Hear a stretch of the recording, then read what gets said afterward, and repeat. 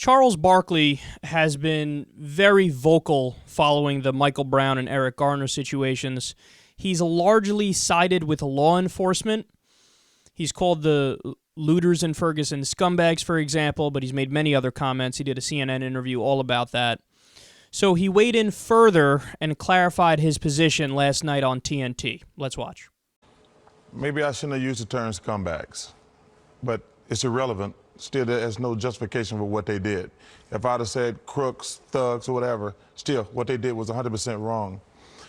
The only problem, me and Kenny, it's all right to disagree. I respect him. He knows I love him like a brother. We've had this conversation. You know, the decision in Ferguson, I just went by the evidence. I didn't say anything. I didn't go by the initial media reports. When I looked at the grand jury testimony, I know something bad happened. And I say, I understand, whether you agree or disagree, I understand why they not indict the officer. But there's no excuse for those people burning down their houses and cars and setting the police on cars on fire. Listen, I think it does a disservice. We got a lot of race baiters out there. And my goal in life is to, being from Alabama, to always be able to have an open and fair dialogue on race. My grandmother, the greatest person ever, always told me, you judge every person on their own individual merits. All black people ain't great. All white people ain't evil. The only problem I had with Kenny's open letter was, I don't think anytime something black happens in the black community, we got to talk about slavery. Listen, slavery is, well, I shouldn't say one of the worst things ever, because I don't know anything about it other than what I read or what my grandmother told me. And we, as black people, we need the cops in our community. They're not there just to, quote unquote, kill black men, or they're there to protect us. And we, as black people, we've got to develop a relationship with them. And that was my point throughout the entire thing.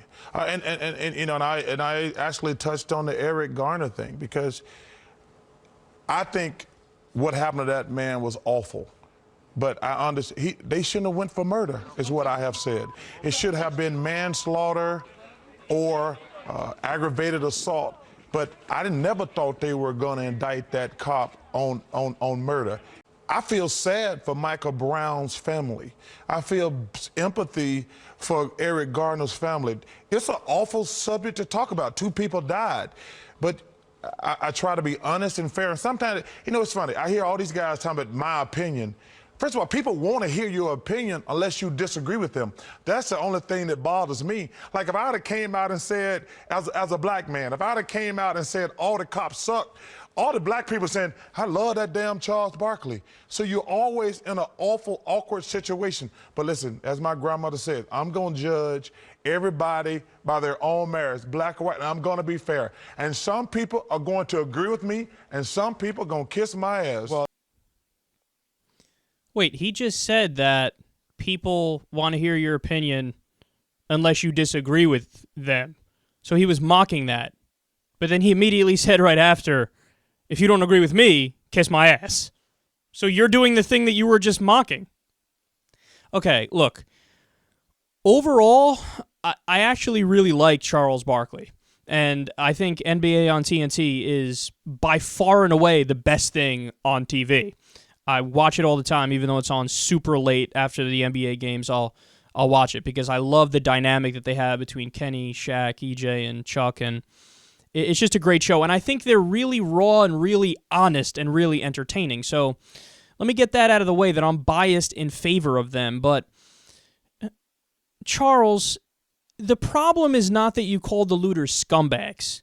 I mean, I don't really care about that, and I don't think most people really care about that, because if you're doing property damage and burning down small businesses and shit like that, yeah, you're not really a good person, okay? That's not okay, and I understand why people are mad, but that's not the right way to go about it. I agree with Martin Luther King when he says you can't defeat injustice with more injustice.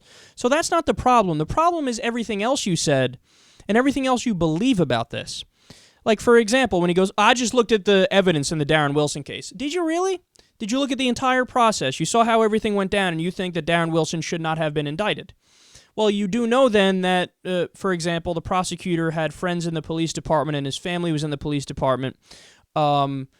You do know that they misled the grand jury because they told them that it was legal in Missouri for a cop to kill a fleeing suspect. Now, that law was unconstitutional. It's been unconstitutional since the 1980s, but it's on the state books in Missouri, and they brought it up. Why did they bring it up? Because he was looking out for his buddy. His buddies are the cops.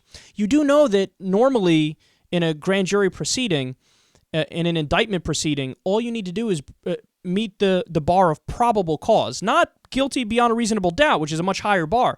Probable cause, so all you have to do is present your case, not give the defense. You're only supposed to present your case, which is why people say you can indict a ham sandwich.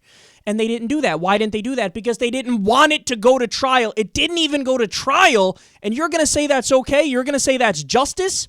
This is why people are mad, Charles.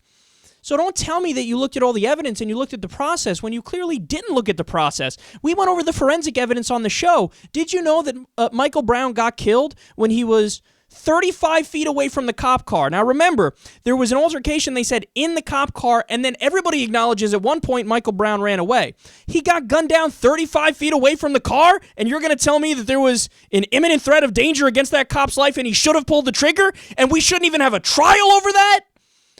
No. You didn't look at the evidence in any serious way, and you're knee-jerk siding with law enforcement, which leads to my next point. He says, well, we need the cops in black communities. Okay, yeah, you need the cops everywhere. That's why cops exist. But what happens when they fuck up? When they fuck up, should they just be allowed to get away with it? No problem, just like they didn't do anything wrong? No, the issue in question, it's not like all police are on trial right now.